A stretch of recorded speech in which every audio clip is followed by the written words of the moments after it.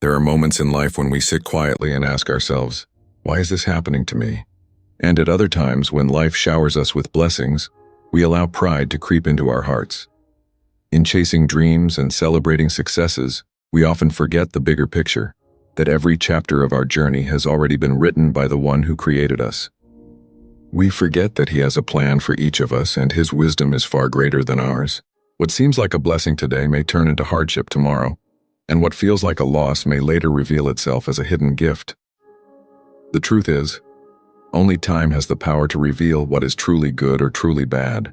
Perhaps right now you are facing difficulties, struggling to make sense of your circumstances. Or maybe you are in a season of comfort, forgetting that change is always around the corner. Either way, this story is for you. It may not only open your eyes, it may leave an imprint on your heart. So listen carefully, and let it guide you to a deeper understanding.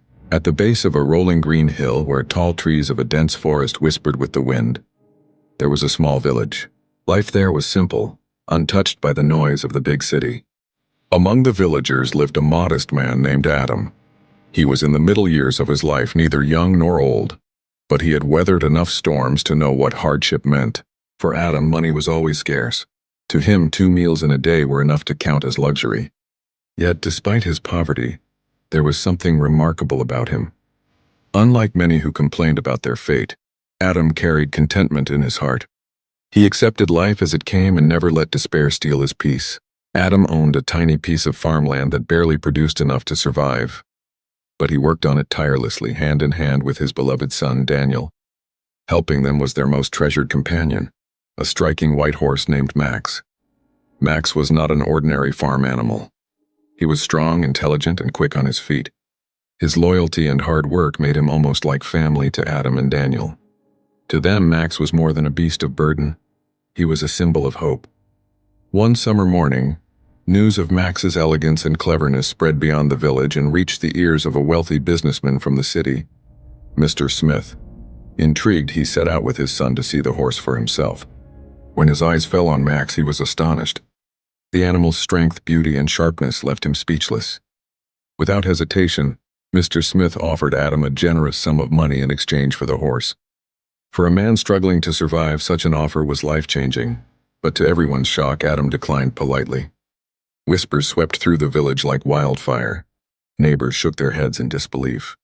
What a foolish man, they muttered. He could have been rich overnight, but he let the chance slip away. People mocked him, calling him blind and stubborn. Yet Adam's face remained calm, untouched by their ridicule. Then, just when the laughter of the villagers grew louder, fate turned. Only a few days later, Max vanished from his stable. Adam and Daniel searched until the sun went down, but the horse was nowhere to be found.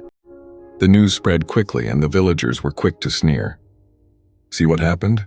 He didn't deserve such a fine horse in the first place, some said. Others whispered darkly. Maybe Mr. Smith's men stole him. That's what comes from refusing money. Daniel, devastated, turned to his father. Father, he said, we have lost something so precious.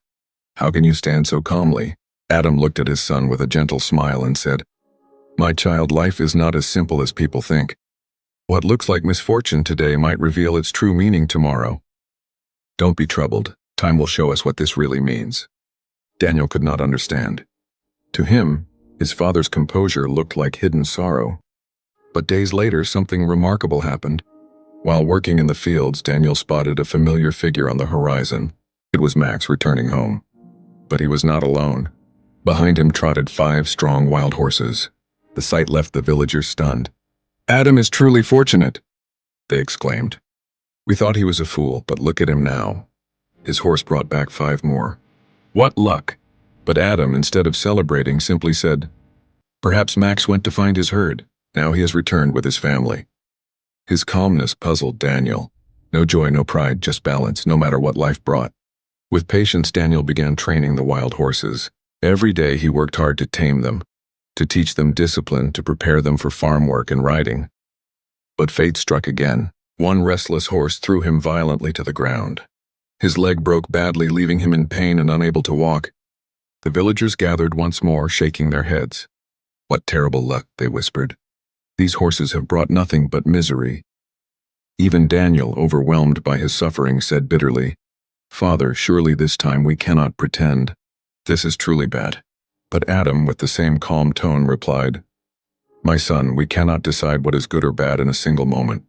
Be patient. The truth will unfold in its own time. Daniel wanted to believe him, but the pain in his leg silenced his hope. Days crawled by until suddenly the nation was shaken by a grim announcement. War had broken out. The government began drafting all able-bodied young men from the villages to serve in battle. Mothers wept, fathers prayed, but soldiers came and took every healthy boy away, except Daniel. His broken leg spared him from the army. Weeks later, the sound of grief filled the village as news arrived. Many of those who went to war had lost their lives. Families were crushed, dreams shattered. Amid the cries of mourning, the villagers turned to Adam once more. You are blessed, they said with tears. Your son is alive, but ours will never return. Adam sat beside his son, who was still recovering, and spoke softly. See, Daniel, this is what I have always told you. When Max disappeared, it looked like tragedy, but he returned with more horses. When your leg broke, it felt like punishment, but it saved you from war. Life is a tapestry we cannot read at once. What looks like pain today may be protection tomorrow. What feels like a blessing now may later prove heavy. That is why we must not lose ourselves in either joy or sorrow. For the first time, Daniel understood.